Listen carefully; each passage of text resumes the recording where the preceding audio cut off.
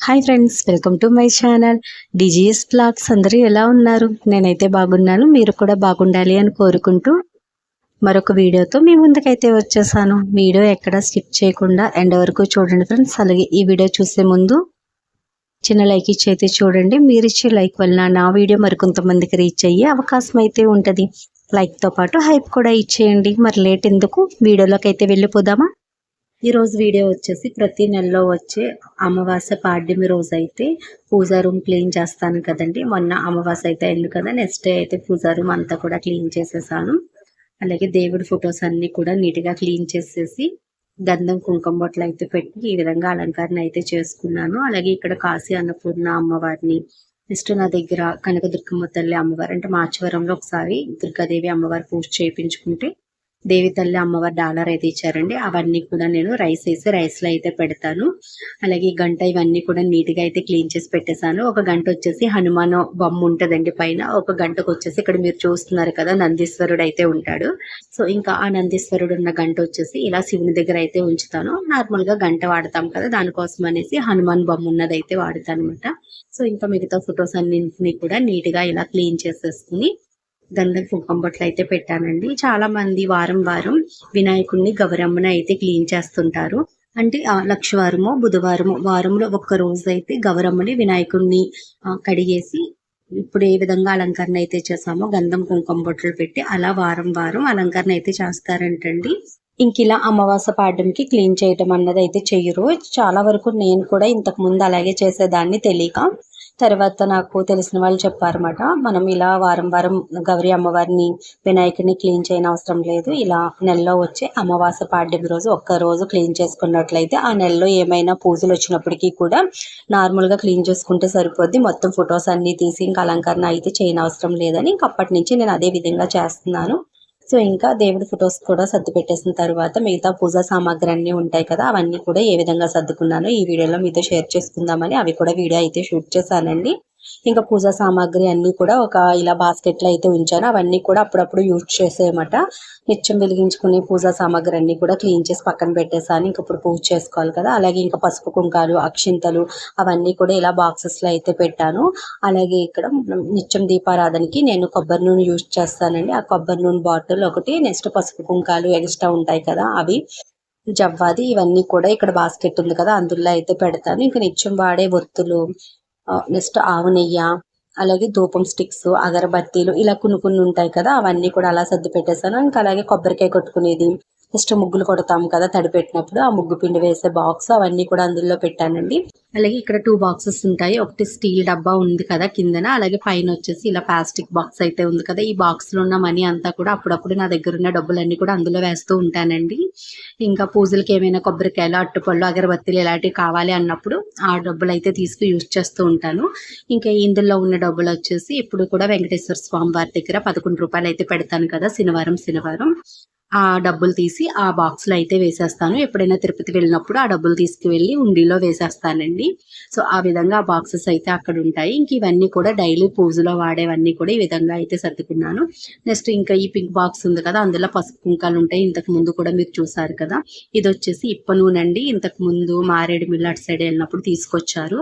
ఇప్పు నూనె దీపం పెడితే చాలా మంచిదండి కదా. సో ఇంక ఇప్పు నూనె అంటే అప్పుడప్పుడు వారాలప్పుడు పెడుతూ ఉంటాను. డైలీ అయితే కొబ్బరి నూనె దీపం అయితే పెడతాను. సో అవి కూడా విమ్మి బాటిల్స్ ఉంటాయి కదా, అయిపోయిన తర్వాత ఆ ఖాళీ బాటిల్ని నీట్గా క్లీన్ చేసేసి వాటిల్లో అయితే ఈ ఇప్ప నూనె అలాగే కొబ్బరి నూనె అయితే వేసాను. ఇవైతే చాలా బాగా యూజ్ అవుతున్నాయండి. ఎందుకంటే మనం ఆయిల్ వేసినప్పుడు పక్క నుంచి కారిపోతూ ఉంటుంది. ఆ తర్వాత మనం ఎక్కడ పెడితే అక్కడ కిందంతా ఇది అయిపోతూ ఉంటుంది కదా. కానీ ఈ బాటిల్లో వేయటం వల్ల ఏంటంటే ఒక్క డ్రాప్ కూడా లీక్ అవటం లేదండి. మనం వేసినప్పుడు కూడా కింద పడటం లేదు. అలా అని తర్వాత డబ్బా నిండా కూడా కారటం అన్నది జరగటం లేదు. అందుకే ఇంకా వాటిల్లోనే వేస్తాను. సో ఇంకా పూజ రూమ్ అంతా క్లీన్ అయిన తర్వాత ఇంకా నేనైతే పూజ చేసుకున్నానండి. చూసారు కదా, క్లీన్ చేసిన రోజు పూజ చేసుకుంటే ఎంత ప్రశాంతంగా అనిపిస్తుందో కదా. మళ్ళీ 1 వీక్కి మనం పసుపు కుంకాలు అక్షింతలు ఇలా వేస్తూ ఉంటాం కదా, వాటి వల్ల కొంచెం గత్తర అవుతుందండి. ఎక్కువగా నేను ఏంటంటే ఒక ప్లేట్ పెట్టి ఆ ప్లేట్లోనే పసుపు కుంకాలు అక్షింతలు అన్నది వేస్తాను. మిగతా ఫొటోస్ అన్నింటి దగ్గర కూడా ఒక ప్లేట్ పెడతాను. ఆ ప్లేట్ అటు ఇటు జరుపుకుంటా ఆ ప్లేట్లోనే పసుపు కుంకాలు అక్షింతలు అన్నవి వేసి పూజ అయితే చేసుకుంటాను. కానీ ఇంకా మిగతా ఫొటోస్ చెల్లెటం అలా అయితే చెయ్యను. కానీ మా వారు కానీ పూజ చేసుకున్నారంటే కంపల్సరీ అక్షింతలు, పసుపు, కుంకాలు అమ్మవారి పాదాల దగ్గర వెయ్యాలి అన్నట్టుగా వేసేస్తారు. ఆ ప్లేట్లో వేయమని చెప్పినప్పటికీ కూడా వినరుమాట. సో ఇంకా అలాంటిదప్పుడు త్వరగా కత్తెరైపోతూ ఉంటుంది. అప్పుడు మామూలుగా ఫొటోస్ తీసి క్లీన్ చేస్తాను, కానీ ఫొటోస్ అన్నింటినీ కూడా క్లీన్ చెయ్యనండి. ఇలా నెలలో వచ్చే అమావాస్య రోజుని క్లీనింగ్ ప్రాసెస్ అన్నది పెట్టుకుంటాను. ప్రతి నెలలో అమావాస్య పాడ్యంకి అయితే క్లీన్ చేస్తాను. కృష్ణుని కూడా అలంకరణ అయితే చేశాను, చూసారు కదా. సో ఇంకా అలాగే ఆ రోజు కర్రీ వచ్చేసి దొండకాయ ఫ్రై చేస్తున్నాను. ఒక పక్క రైస్ పెట్టేసి ఒక పక్క పప్పు పెట్టాను, పెసరచారు పెడదామనేసి.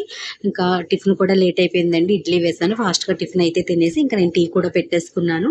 ఇంకా పూజా రూమ్ క్లీనింగ్ అంటే చాలా టైం పట్టేస్తుందండి. మార్నింగ్ ఎంత త్వరగా లేచినప్పటికీ కూడా పూజా రూమ్ క్లీన్ చేసిన రోజు పూజ చాలా లేట్ అయిపోద్దండి. ఎంత త్వరగా లేచి పూజా రూమ్ క్లీన్ చేద్దాం అనుకున్నా సరే ఆ టైమే అవుతుంది, ఎప్పుడు 11 అవుతుంది. ఇంకా 11 అయిపోయింది కదా, ఫాస్ట్గా దీపం పెట్టేసుకుని ఇంకా టిఫిన్ తినేసి వంట కూడా చేసేస్తున్నాను ఒక పక్క. అలాగే మేడపైన బట్టలు కూడా ముందు రోజు వేసానండి.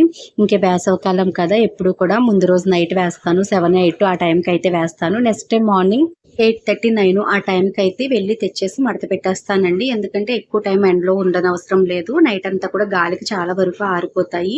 నెక్స్ట్ డే మార్నింగ్ ఒక 2-3 అవర్స్ ఎండితే సరిపోతాయి కదండి. అసలు ఎండలో వేయనవసరమే లేదు వేసవికాలం. మనం ఎక్కడేసినా కూడా మిషన్లో బట్టలు చక్కగా ఆరిపోతాయి. కానీ ఎండకి ఎండిన బట్టలు బాగుంటాయి కదా అన్నట్టుగా ఇంకా ఒక 2-3 అవర్స్ అలా ఉంచి ఇచ్చేసి మడత పెట్టేస్తూ ఉంటాను. ఎందుకంటే మార్నింగ్ వేసాను అనుకోండి, ఎలాగా ఆరేసేసరికి 8:30, 9 అలా అయిపోతుంది. ఆ టైంలో పైకి ఎక్కి ఎండకి వెయ్యాలంటే చాలా కష్టం. తీయటం అంటారా, ఫాస్ట్గా వెళ్ళి తీసుకొచ్చేయచ్చు. ఆరేయటం టైం పడుతుంది కదా, ఇంకా ఆ టైంలో ఎండకి ఇది అయిపోతాము. నెక్స్ట్ మళ్ళీ మనం ఎప్పుడో ఈవినింగ్ చల్లబడిన తర్వాత 5:30, 6కి తీద్దాం అనుకుంటే కనుక ఈలోపు బట్టలు ఎండకి ఎరగెండిపోతాయి, కలర్స్ కూడా షేడ్ అయిపోతాయి కదా. అలాగని మనం 1 or 2 ఆ టైంకి వెళ్ళాలంటే ఈ ఎండకి మేడపైకి వెళ్ళామంటే కొళ్ళు తిరిగి అక్కడే పడతామండి. అంతలా కాస్తున్నాయి ఎండలు. ఇప్పుడే ఇలా ఉంటే ఇంకా రానున్న రోజుల్లో ఎలా ఉంటాయో అనిపిస్తుంది. ఇంకా మే నెల అందరికీ తెలిసిందే కదా, సూర్య భగవానుడు వచ్చి మన నెత్తి మీద కూర్చున్నాడు అన్నంత వేడిగా ఉంటాయండి. కానీ ఈ సంవత్సరం ఎండలు ఎక్కువ, లేకుంటే మనం వేసీలకి ఇలాంటి వాటికి అలవాటు పడిపోయి బయటికి రాక ఎండ మనకి ఎక్కువగా అనిపిస్తుందో తెలియదు, కానీ చాలా ఎక్కువగా ఉన్నాయండి ఎండలు అయితే ప్రస్తుతం. ఇంకా కొంచెం గాలి వేయటం వల్ల అంతలా తెలియటం లేదు అనిపిస్తుంది ఒక్కొక్కసారి. కానీ బయటికి వెళ్ళాము అంటే చాలండి, ఎండ అయితే మామూలుగా లేదు. ఇంట్లో ఉన్నంతసేపు ఏం తెలియటం లేదు. కానీ సో ఇంక ఈ రోజైతే నేను 11కి వెళ్ళాను కదా తేడానికి బట్టలు, చాలా ఎండగా అనిపించిందండి నాకైతే. ఈ బట్టలు తీసుకొస్తేనే 2 కళ్ళు ఇంక ఇంట్లోకి రాగానే ఏం కనిపించలేదు, మసగ్గా ఇంకా ఏదో కళ్ళు బైర్లు గమ్మేసాయి అంటారు కదా, ఆ విధంగా అయిపోయిందండి నాకు. ఒక్క క్షణం కూర్చుని కొన్ని వాటర్ తాగి అప్పుడైతే ఇంకా ప్రశాంతంగా టీవీ పెట్టుకుని బట్టలన్నీ కూడా మడత పెడుతున్నాను. ఈ టీవీలో నేను ఏం చూస్తున్నాను అనుకుంటున్నారా, ఎప్పుడు అయిపోయిన బిగ్ బాస్ అయితే పెట్టుకు చూస్తున్నానండి. ఈ బిగ్ బాస్ పిచ్చి ఏంటమ్మా, వచ్చినప్పుడు చూడడానికే చేస్తున్నాము, మళ్ళీ పని కట్టుకుని టీవీలో పెట్టుకు చూస్తున్నావా అయిపోయిన ఎపిసోడ్స్ అనుకుంటున్నారా. ఎవరి పిచ్చి వాళ్ళకి ఆనందం అంటారు కదండి. నేనేమో నాటకాలు కానీ మూవీలు కానీ ఏం చూడను. ఎప్పుడైనా అమ్మ వాళ్ళ ఇంటికి వెళ్ళినప్పుడు వాళ్ళు చూస్తుంటే వాళ్ళతో పాటు అలా కొన్ని నాటకాలు ఉన్నాయిలేండి, అవైనా చూస్తూ ఉంటాను. కానీ ఇంకా మూవీస్ అంటారా, ఏదైనా బాగుంది అనిపిస్తే కనుక చూస్తూ ఉంటాను. లేకుంటే పని కట్టుకుని మనం టీవీ ఛానల్స్లో ఏమొస్తున్నాయని అసలు చూడనమాట.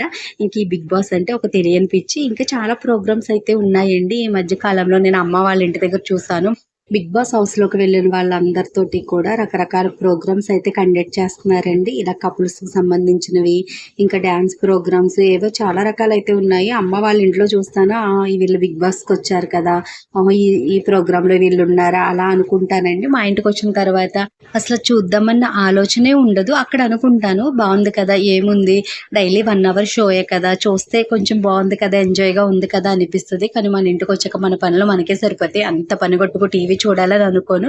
ఉన్న కాస్త టైము మొబైల్తో సరిపోద్దండి. మిగతా టైమ్స్లో సాంగ్స్ పెట్టుకు ఇంటూ పని చేసుకుంటాను.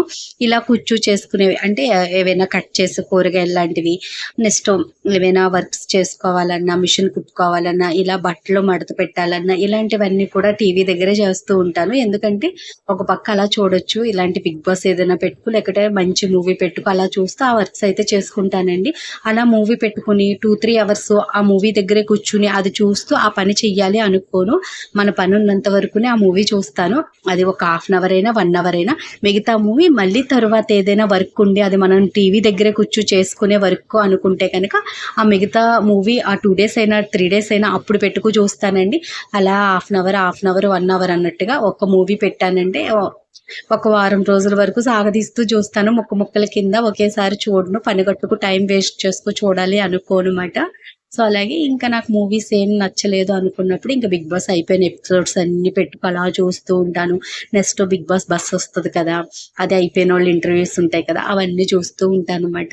కానీ కొన్ని నాటకాలు చూస్తూ ఉంటే భలే అనిపిస్తుందండి. మంచి మంచి కంటెంట్ ఉంటుంది, చూసే కొలది చూడాలి అనిపిస్తుంది. కానీ అది అలా సాగదీస్తూనే ఉంటారు. ఈ సాగింపు అన్నది ఇప్పటి నుంచి కాదులేండి. మా చిన్నప్పుడు కొన్ని నాటకాలు వచ్చేవి, భలే ఉండేవి. ఓవిది వచ్చేది, నెక్స్ట్ వసుంధర, అందం, ఏదో కొన్ని నాకు అంతగా గుర్తులేవు కానీ చాలా బాగుండేవండి. కానీ ఇప్పుడు అంతకు మించి బాగుంటున్నాయి అన్నప్పటికీ కూడా మరీ కంటెంట్ ఎక్కువ సాగతీతలా అనిపిస్తుంది. మనం ఎప్పుడు చూసినా ఒక 10 రోజుల తర్వాత చూసినా అది అక్కడే ఉన్నట్టుగా అనిపిస్తుందండి. కానీ నాకు బాగా గుర్తుండిపోయింది బాలనాగమ్మ కథలు అనేసి మా చిన్నతనంలో ప్రతి ఆదివారం వేసేవాడు.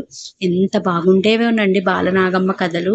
అలాగే పంచతంత్ర ఒకటి, నెక్స్ట్ ఇంకొకటి రాక్షసుడిది ఏదో వచ్చేది నాటిక, అది కూడా చాలా బాగుండేది అనమాట. ఇంకా అన్వేషణ ఒకటి, దెయ్యాలది. ఇంకా దెయ్యాలంటే కనుక అదే గుర్తొచ్చేదండి. 90 కిడ్స్కి బాగా తెలుస్తాయి అన్నమాట అవి.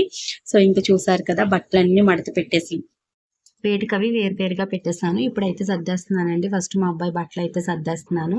సో మా అబ్బాయి బట్టల ర్యాక్ ఎప్పుడు కూడా చాలా నీట్గా పెట్టుకుంటాడు. ఇవి కాలేజీ డ్రెస్సెస్ మాట, అది కాలేజీ యూనిఫామ్ మాట. మిగతావన్నీ కూడా ఇక్కడ పెడతాను. ఇక్కడ రేకు డబ్బా ఏంటి అనుకుంటున్నారా? ఈ డబ్బా మా అబ్బాయి డబ్బులు దాచుకునే డబ్బా అండి.